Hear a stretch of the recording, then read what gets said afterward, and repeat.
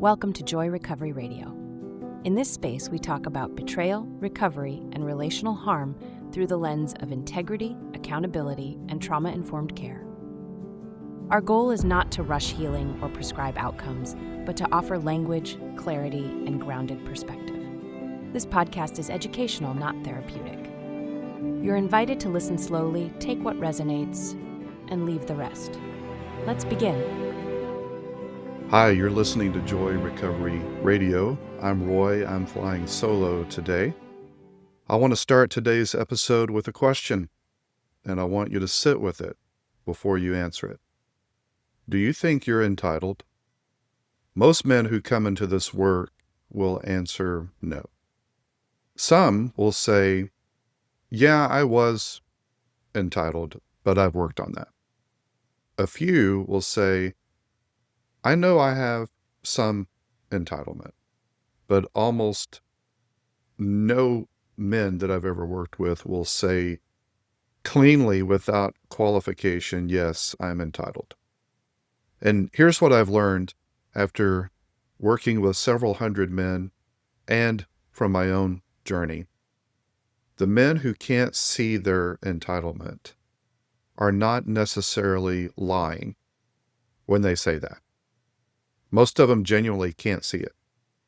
The entitlement is operating below the level of their awareness. It's running the system, but it doesn't show up on any screen that they have access to. And that's what today's episode is about. We're not talking about the type of entitlement that I call villain entitlement. You know that guy. Someone who acts like the rules don't apply to him. He's rude to a waiter. He interrupts people. He's a jerk. He's full of himself. That's a different conversation. That's not what I'm talking about. I'm talking about the entitlement that is covert. You can't see it. It's hidden belief structures that are quietly running in the background. And these entitlement beliefs are authorizing the harm before you even decided to act. I guarantee entitlement existed before you ever dug the first part of the secret sexual basement. This teaching matters for two groups.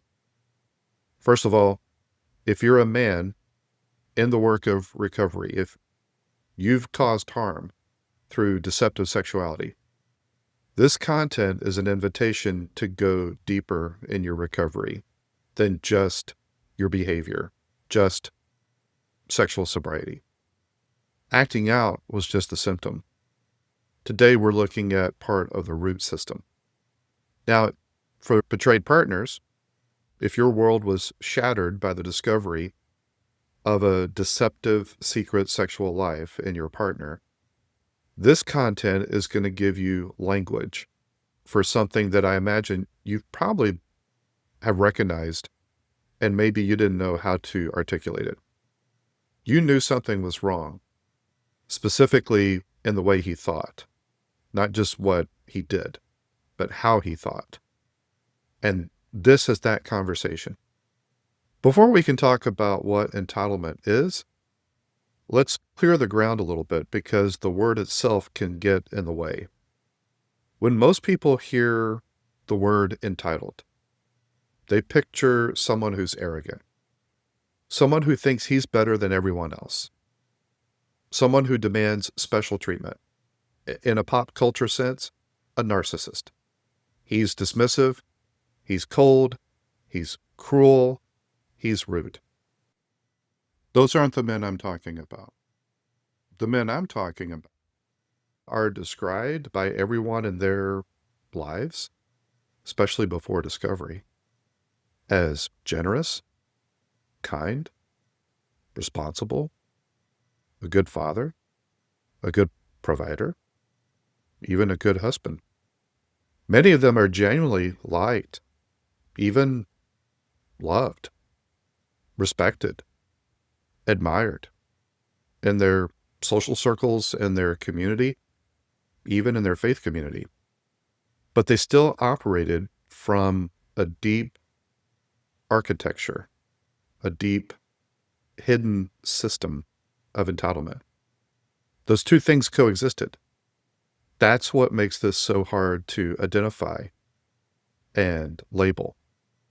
So let me define what I mean when I use the word entitlement, because I'm using it in a very specific way. Entitlement, in the integrity framework that we use at Joy Recovery, is this. It is a belief system that is often pre-conscious and often culturally instilled, that places one person's desires, access, and autonomy above another person's rights, reality, and safety. Now, I know that was a mouthful, but notice what I said there. Pre-conscious. The entitlement is often instilled in a man before he had any awareness, whether it's coming from his family system, religious frameworks, cultural messages about what it means to be a real man, peer environments. What I'm saying is the entitlement gets loaded early. Now, please hear me. I'm not reducing his responsibility. I want to be really clear about that. The origin of his entitlement does not dissolve his accountability for the harm it caused. A belief system that you inherited is still yours to examine, challenge, replace, and dismantle. You don't get a pass by blaming culture and family of origin and collective socialization of masculinity in our culture. So here's a core distinction. The entitlement that I'm talking about for this framework is really about one thing: access. It is the covert belief that you had the right to a secret life, a private reality, and your partner was not authorized to know about it. She didn't have access. This is what makes it so hard to see this brand of entitlement. It doesn't feel like entitlement. To you, it felt like simply a need or a right to privacy. And it felt like something that you earned. It genuinely felt like something that had nothing to do with her. It felt like something that wasn't really hurting anyone, as long as she didn't know. And listen, that last sentence, as long as she didn't know, that is the entitlement right there, captured in that sentence. The belief down deep inside that her not knowing is equivalent to her not being harmed. That is a belief. That is a distorted belief. And that belief authorized you to harm her for years. So when I talk about the covert entitlement that you can't see, I'm talking about beliefs like that one. They are pre-conscious. You had these beliefs before you acted out, before you betrayed her. But we usually aren't aware of them, and we almost never examine them. And we certainly don't dismantle them. And they do enormous damage. So what I have found is there's 5 different forms of hidden entitlement that commonly presents itself in my practice. This isn't theoretical. These are patterns that I've seen across hundreds of cases. And I want you, men who are doing this work, I want you to listen without immediately deciding which ones don't apply to you. Just digest this. These are probably showing up for you if you got really honest and searched deep inside. The first form of hidden entitlement is what I'm going to call earned access. It's captured in this phrase: I deserve this. Earned access is probably the most common and the most culturally reinforced form of entitlement. It sounds like this internally: I work hard. I provide faithfully. I carry a tremendous amount of stress that no one sees and no one knows about. I sacrifice. I take care of everyone else. And so there are some things that I deserve to have privately because I've earned them. So this is the man who frames his secret sexual life as simply a harmless release valve. It's a reward. He earned it. He's worked hard. This is just something that he has on the side that's private. Something that he's earned through all of his performance in other areas of life.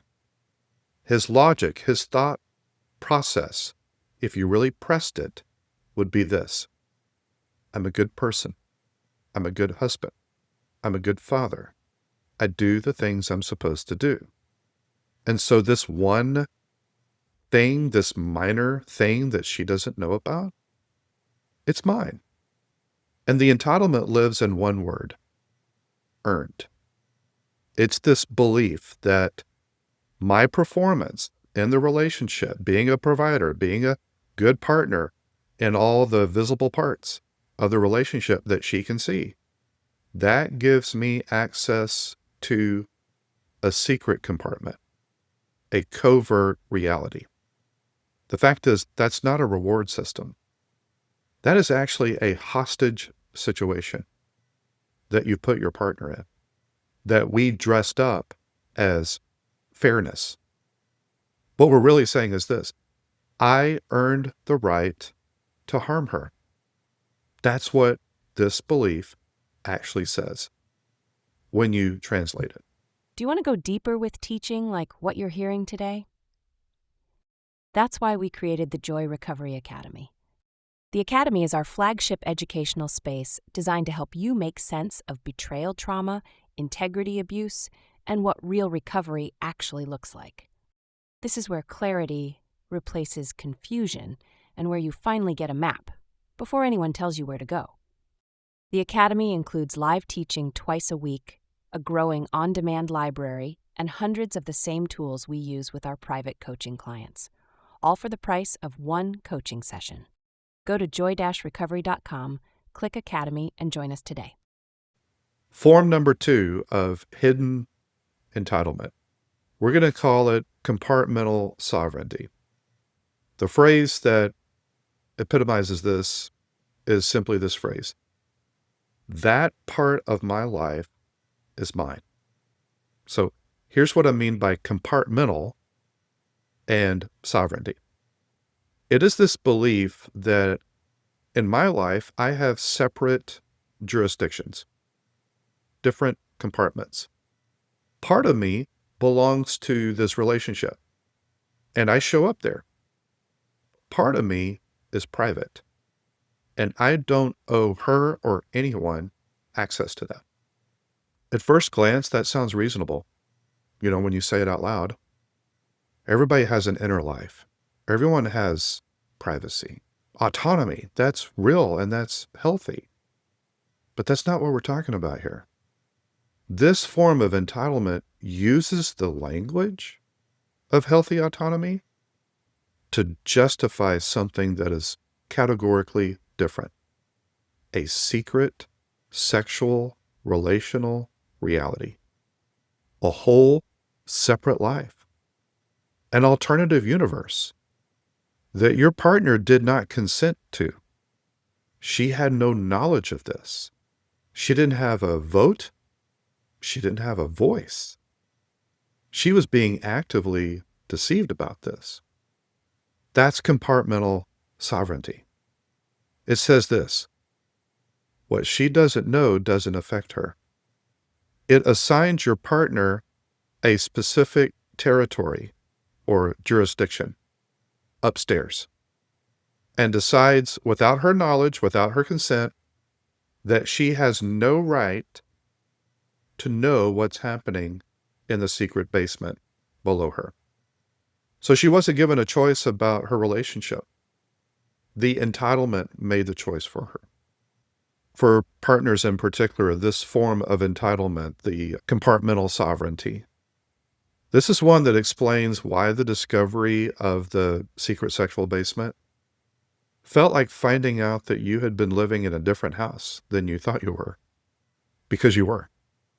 He had assigned you a territory, a jurisdiction, and he revoked your rights to the rest of his reality. And he never even told you that. Form number 3 of hidden entitlement is what I'm going to call protective deception. It's found in this phrase: I kept it hidden so I could protect her. This entitlement belief is particularly insidious because it has a way of inverting the harm. The story goes like this. Well, if she knew about this basement, it would destroy her. So I was protecting her by hiding it. I kept the secret out of love and care and concern for her.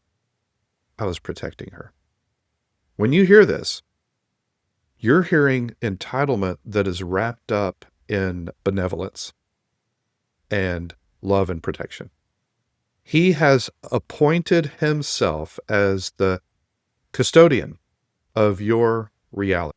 And when he did that, he stripped you of the right to live in an accurate reality. He decided that he was the gatekeeper. He would decide what you could and could not handle and what you should and should not know. He decided what information you had access to about your own life. So he made himself the custodian of your world. That is not protection.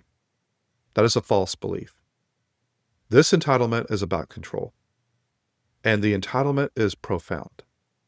The belief that you have the right to manage another person's reality, their access to the truth about their own life. The fourth form that I see among the men that I work with of hidden entitlement is what I call minimization.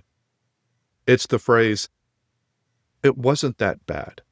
It wasn't that serious.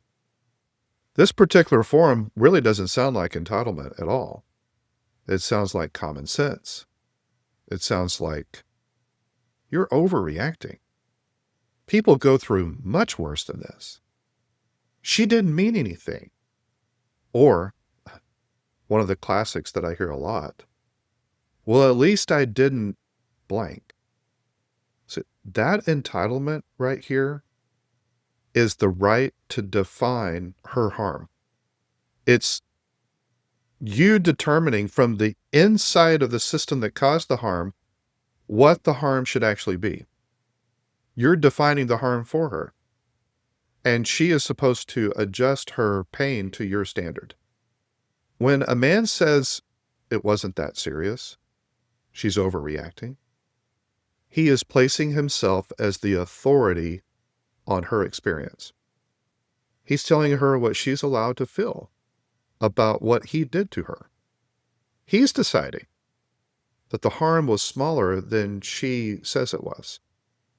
And he usually does that so that he can protect himself from taking full accountability for it. Her responses are accurate to years of living in a reality that was being manipulated without her knowledge. The harm that she's experiencing is exactly as serious as her body is telling her it is.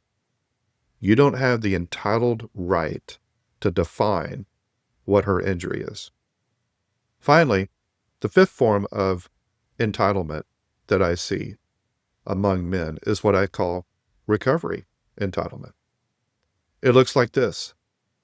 I'm doing all the work, so, and then fill in the blank. This might be the most subtle form of entitlement, and the one that I most want men in recovery to listen to carefully. It sounds like this. I've been doing everything right. I'm in recovery meetings, I'm in therapy, I'm in coaching, I am in this intensive, I'm reading this recovery book, I'm sexually sober, I'm not acting out anymore.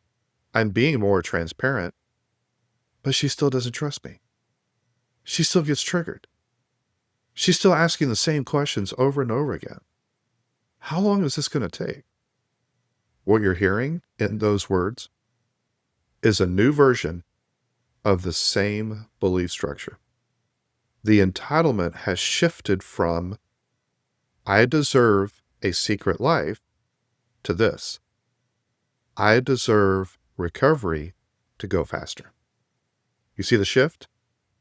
The entitlement has shifted from, she doesn't need to know about this part of my life, to this, she should be further along in her healing by now. The entitlement, the same entitlement, is still making decisions about what she should feel, how she should heal, and what he is owed. Here's the fact, men. There is no timeline that she is obligated to meet for you. Her pace of recovery is not something that your recovery gives you a right to evaluate. So when discovery happens, those beliefs don't suddenly become visible just because the behavior became visible. The behavior was the expression of those beliefs. The behavior has been interrupted. If anything, the immediate aftermath of discovery is when the belief system goes mostly underground, because now those beliefs have to. The system has been exposed and it needs to adapt. Here are some ways that entitlement shows up after discovery. During recovery, it's still operating, but it has adapted. It can look like this. Entitlement after discovery can look like centering your own pain over her pain when you have conversations about the past. And I'm not suggesting that you don't care about her pain. I imagine you probably do. But the belief system is still underneath, and it gives your experience more weight than her experience. Entitlement after discovery can look like monitoring her recovery timeline and feeling this frustration or even resentment when she's not as far along as you think she should be, as if her healing process exists to serve your goals, to meet your needs, and to help you feel comfortable. That's entitlement. Entitlement after discovery can look like controlling the narrative, controlling transparency, deciding what to share, deciding when to share it based on what you think you can manage. Entitlement during recovery can look like receiving her grief or receiving her trauma, her rage, her pain as an attack on you instead of information that's important for you to understand and digest. The entitlement now reemerges after discovery as defensiveness. Because if she's allowed to be fully impacted by what you did, that will now require you to fully hold what you did. And we resist that. So if entitlement can survive discovery and exposure, if entitlement can survive years of recovery and therapy, then what does it actually take to dismantle it effectively? So I want to be real with you. There is no quick answer to this. I'm not going to pretend that there's some kind of 3-step process that you plug and play and it resolves this. But I can tell you what I've experienced in my own recovery and what I've observed in the men that I work with. Let me start by something that doesn't work, and that is insight. Insight alone. Awareness, understanding. Understanding that you had entitlement is not the same thing as challenging it, replacing it, dismantling it. I've worked with men who can describe their entitlement with precise, accurate language. Very articulate. They know exactly how their entitlement operated, what beliefs authorized which behaviors. and which entitlement beliefs are still running the system for them. But there's no change. Insight is what I call a precondition to the work. It's not the work. The work is behavioral. It's not cognitive. The work is relational. The work is a process. It's ongoing. And so knowing the name of the root doesn't pull the root out. There's another thing that doesn't work, and that is genuine remorse, grief. Grief over what you did that is real, and I don't want to dismiss that. That's important. But grief about your behavior without any examination of the belief system that drove the behavior, I have found that it tends to produce one of two outcomes over time. Number one, either the grief eventually fades and the behavior gradually comes back in some form. Or number two, the grief becomes a substitute for the real work. It's a performance of recovery that feels sufficient, but it leaves the root of entitlement intact.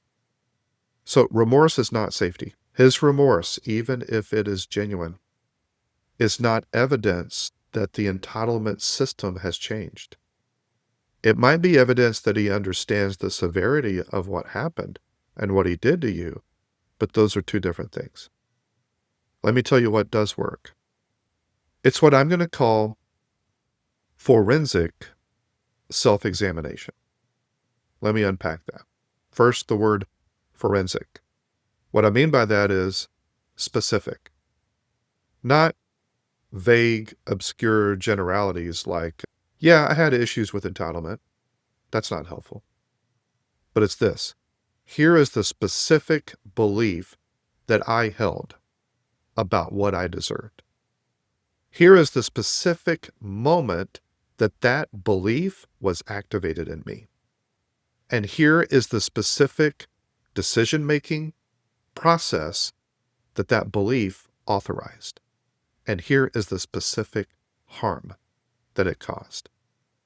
That is very granular work. It is uncomfortable work.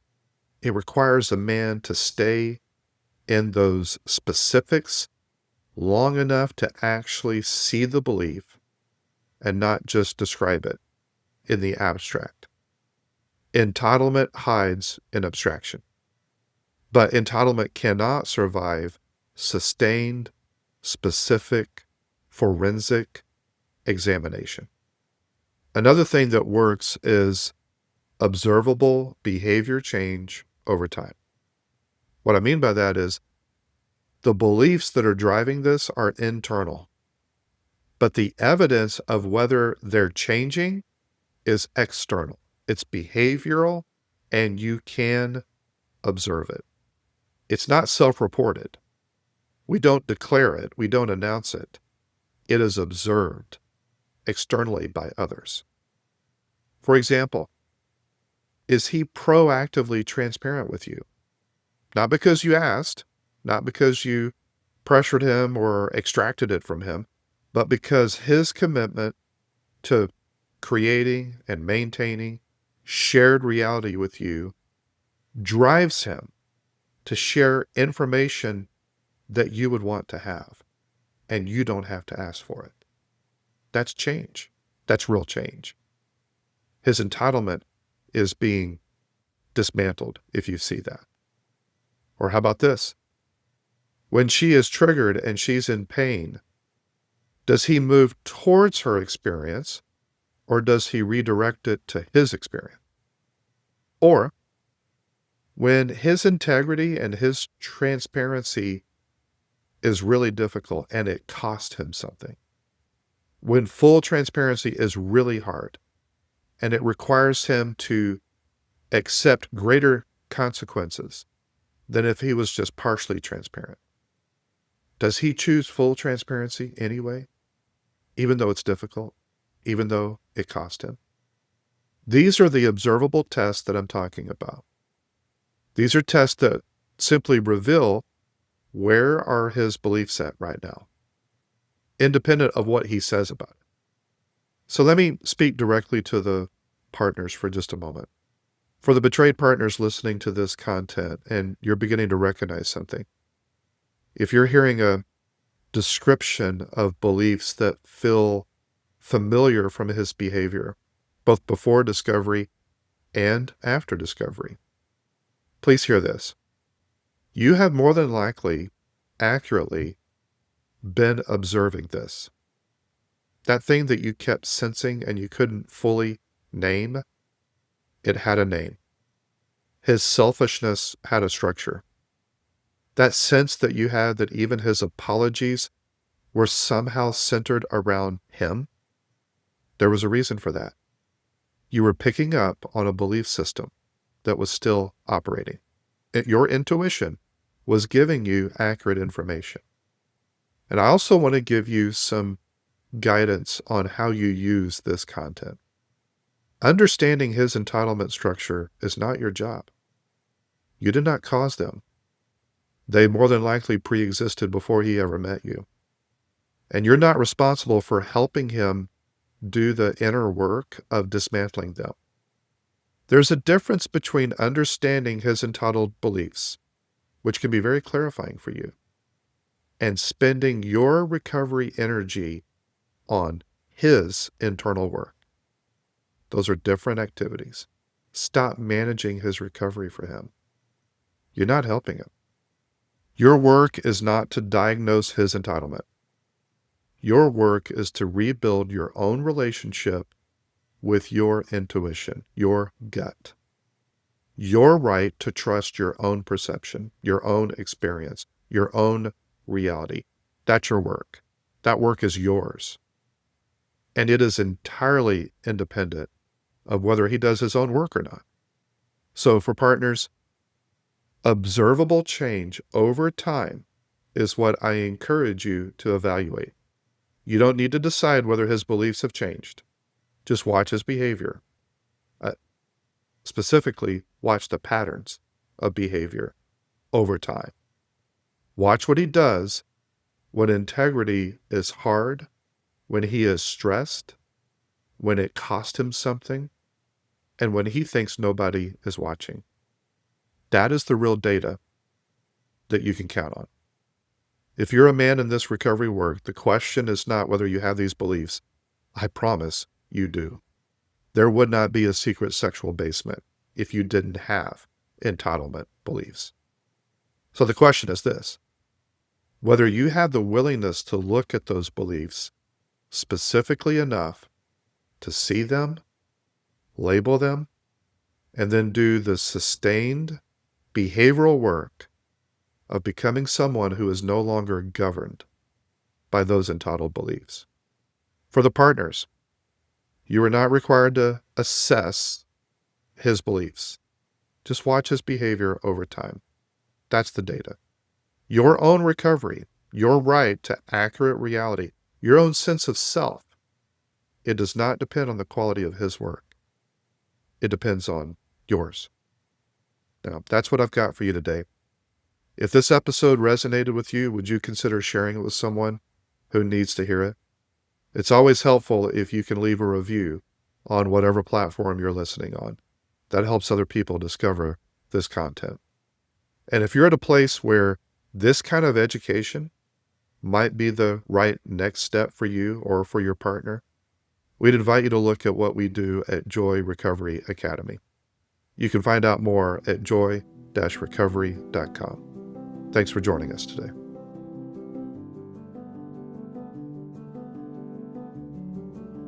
Thank you for listening to Joy Recovery Radio. If today's episode was helpful, you can find additional educational resources and information about the Joy Recovery Academy and our private coaching at joy-recovery.com. Remember, joy is possible when you live in integrity,